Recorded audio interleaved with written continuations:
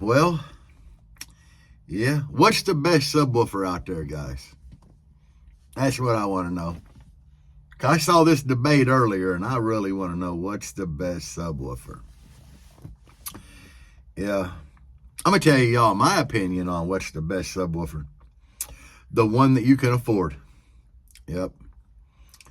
I mean, guys, I'm running these G2s, and I'm happy with them. I mean, I ain't blown one yet, you know. I mean, I got rid of a couple because I got to put all the, I got to build D2s to put in here, but that's a whole nother story. But are they the best? Right now, they're the best for me.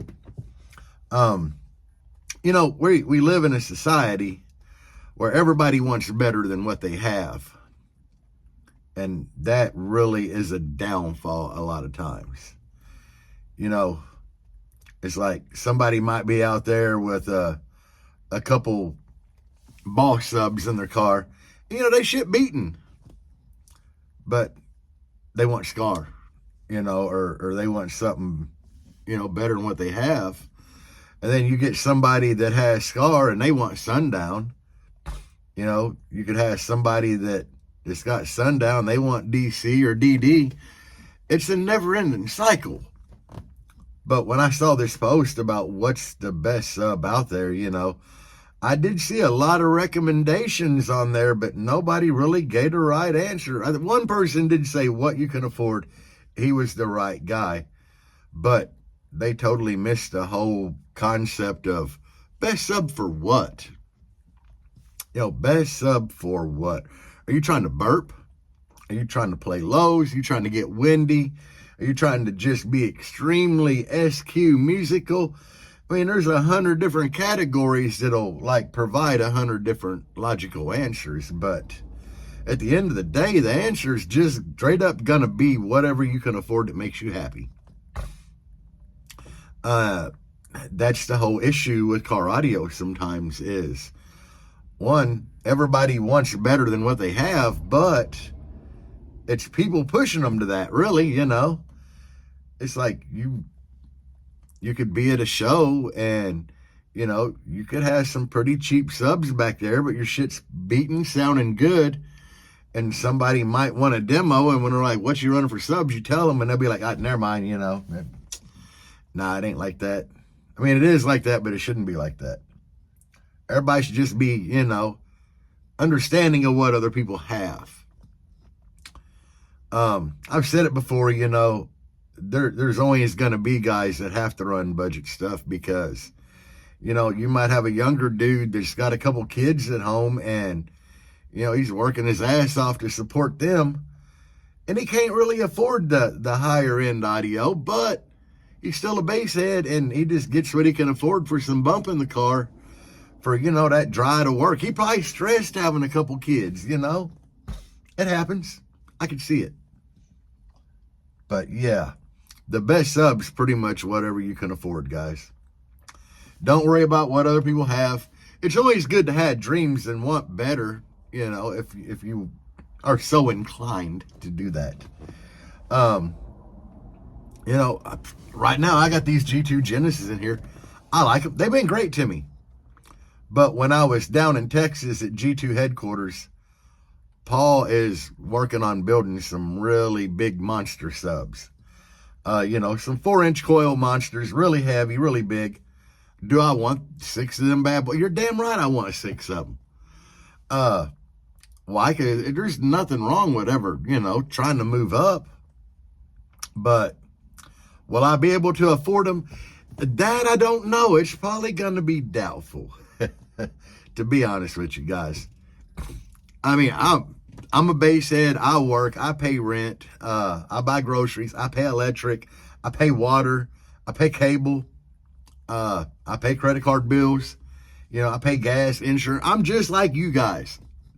Am I better off than you guys? Probably not. To be honest with you guys, probably not. I mean, I drive a 1994 Jeep Cherokee. It got some wheels on it, though.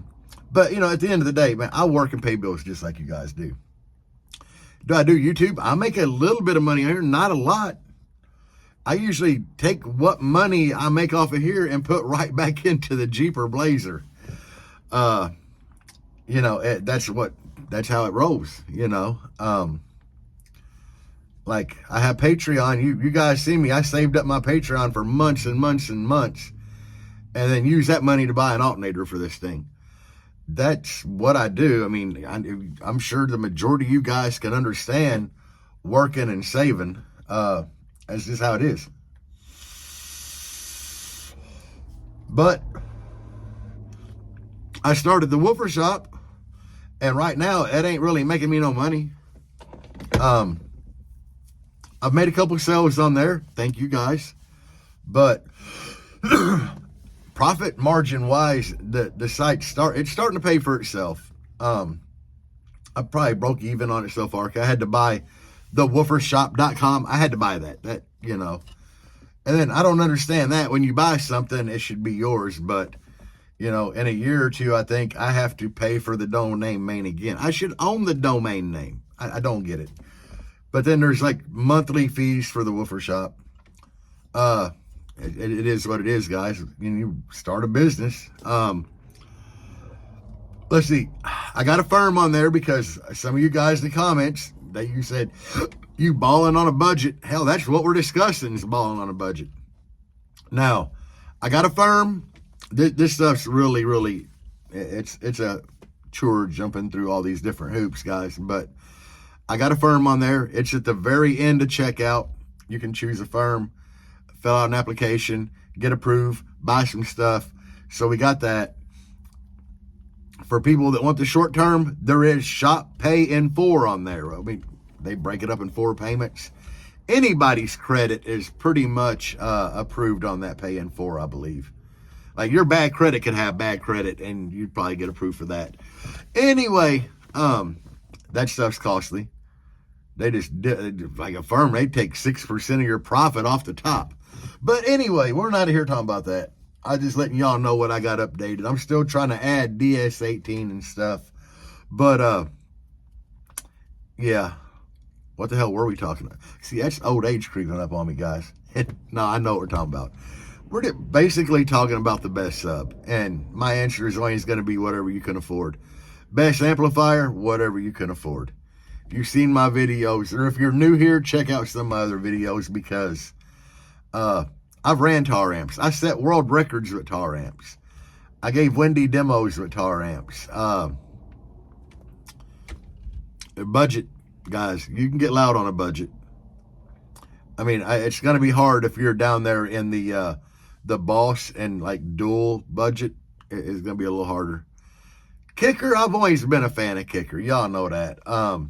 But, you know, like the CVRs and stuff like that, you're probably not going to get very windy with those, so be careful. But other than that, guys, be happy with what you got. Other guys, quit hating on people for not having what you have. It's a never-ending cycle. Everybody's in a different budget range. You don't know everybody's story. You know, a lot of people just might be trying their hardest to get a little bump in their car. Respect that. Don't hate on them for it, you know. Everybody starts somewhere. I'll put it like that. I started with a Sanyo amp and Targa subs.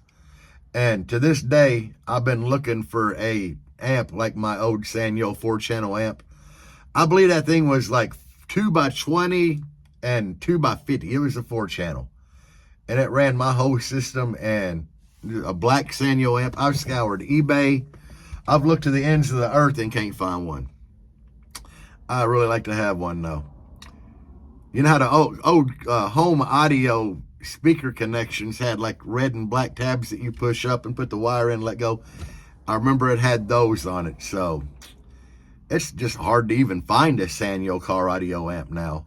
But anyway, enough with that story. Look at what happened. I broke my vape tank. That is Teflon tape wrapped around there to hold the juice in. Which just creates another problem, because I cannot recotton this thing. Yeah, when it fell over, broke the tank. It's got chunks of glass missing out of it. Can't find one. It's like, I get on Google and look for a Kalen M mesh RTA tank. And yeah, they're all in a different country. Like, I can get them cheap from a different country, but it's going to take like 2 months to get here. Only thing I could find is order a whole new tank. So I'm waiting on that bad boy to come in, which they ain't even shipped it yet. Ordered it a week ago, they ain't even shipped. But anyway, guys, you got to do what you got to do sometimes. And that fits perfect with today's video because everybody can't afford certain things, or everybody's in a different situation. I could probably afford a different tank. Do I want a different tank? No, I'd like to have a glass for that one. I love that tank. And I can still find the tank, but like I said, I can't find a glass in the U.S. You know, we've talked about the Woofer Shop. If you haven't checked that out, please go check it out. There is the Woofer Shop Instagram now and Facebook page. I'm slow rolling all that stuff out. Share them. I don't care. Share. Help me out. Thank y'all for watching the door build and showing Deb's channel some love. She tries hard. She likes to film, and then she'll get mad editing. And she'll be like, I'm done with this. And then she'll edit a video, and she finds, like, tips and tricks to do editing that I don't even know. It's weird. I wish she would do more on her channel, but she films when she feels like it, guys. Me, I'm just I get on the camera. It's natural for me. A lot of people get in there, and they're just kind of like, nervous or whatever. I feel comfortable sitting in here talking to myself.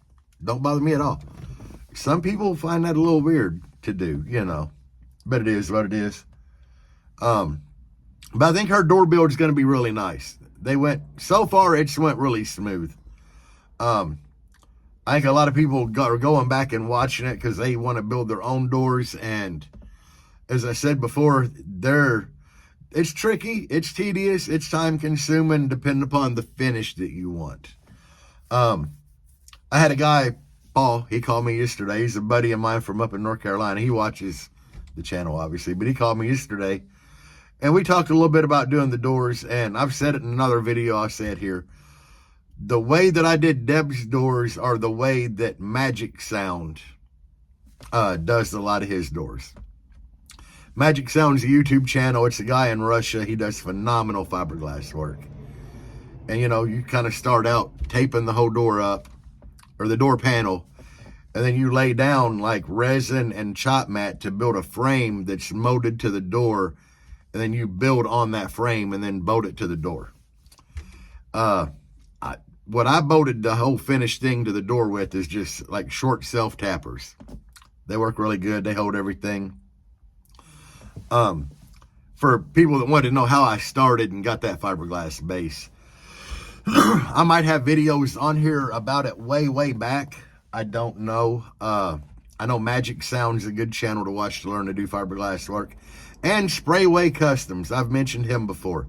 He does some really cool fiberglass stuff. He does a little bit of everything, but he does it at a different angle than what Magic Sound does. And you'll learn a lot from both channels. Last time I mentioned Sprayway Customs, the guy actually commented on my video and thanked me for the shout out. I thought that was really cool because I've watched a ton of his videos. The dude, like, he will add sunroofs to cars. He will fix dashes. He does doors. He does everything on his channel, a little bit of everything. And it's all like auto body paint, you know, kind of related. The majority of it is. And, he'll build a rear deck for cars that have like the rear deck and everything, package shelf, whatever you want to call it. He does a little bit of everything, and he does a lot of really cool stuff. And sometimes when I first started watching his channel, I'm like, what the hell? That's not how you do, you know. But the finished product is so good. Everybody's got their own way of doing stuff, you know.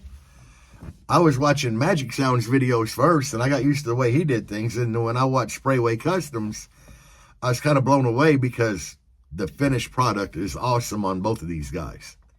They definitely had different styles of doing things, but both of them are awesome. So check out their channels if you want to know more about doing door builds. Both are really awesome. Anyway, guys, I'm already at damn near 15 minutes, so I'm going to have to cut this off. Check out thewoofershop.com. Put a link in the description. I still have the link in there for G2 Dynamics or G2D Audio. I'm still working with Paul. He's helped me a lot, so shout out, Paul. Anyway, guys, Peace out, and as always, bass on.